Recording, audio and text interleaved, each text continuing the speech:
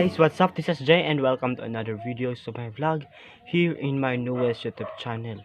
Kung di ka pa nagsusubscribe, please subscribe and don't forget to click the bell button para ma-notify kayo sa iba't ibang videos na aking i-upload soon. So this time, ang aking isi-share sa inyo yung mga natutunan ko sa pag-attend ko ng mga LS, sa mga nasa-search ko, sa mga napapanood ko sa YouTube ng ating mga kapag-vloggers.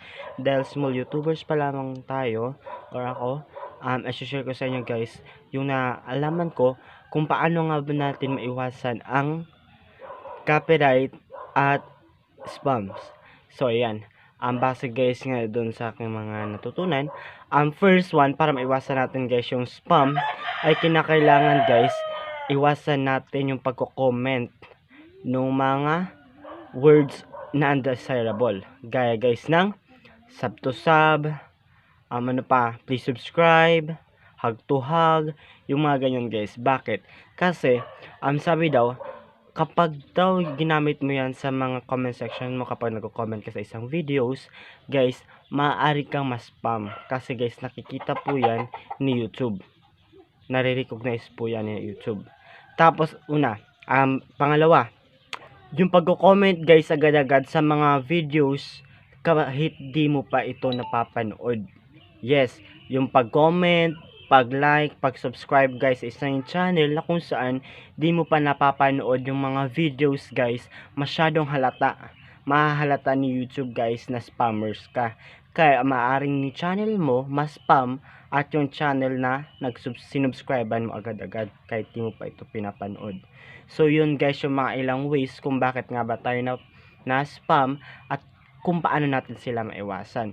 And the next one naman guys, kung paano wag mong i-skip, panoorin mo simula sa simula hanggang dulo guys, kasi kapag in-skip mo guys, syempre sayang naman, ma-spam yung channel mo, ma-spam din yung channel niya, 'di ba? So panoorin mo mga 2 to 3 videos, tapos bago ka mag-like, mag-comment, and syempre mag-subscribe. Next one naman guys, kung paano natin maiwasan ang copyright, yung mga copyright claims na yan. Una kasi, based on my experience lang, kahit konti pa lang yung views ko, and sa mga napapanood ko nga, yung nangyari kasi guys, meron ako isang video guys, na pagtingin ko, bigla ko merong copyright claims. Yung isa palang background music ko guys, may copyright claimants nga. So yun ang nangyari.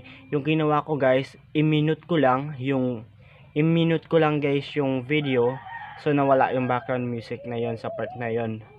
So di ko po dinilit yung video at counted pa rin yung views, 'di ba? Sayang naman. So that's it guys. Yun yung para maiwasan natin yung copyright claims. Magbibigay tayo ng credit. Giving credit guys, the best way guys para maiwasan natin yung copyright claims. So ayan, to sum up lamang guys, para maiwasan natin ang mga spam, kinakailangan guys iwasan natin yung paggamit ng mga salita sa mga comment section or sa iba-iba pa man ng mga gaya ng sub to sub, hug to hug, yung subscribe, yung mga ganun. At kinakailangan iwasan din natin guys yung paggamit ng napakadaming emoticon sa mga comment sections. And sa iba naman guys, yung sa copyrights, kinakailangan magbigay tayo ng credit. Ayan, giving credit is very important. So that's it.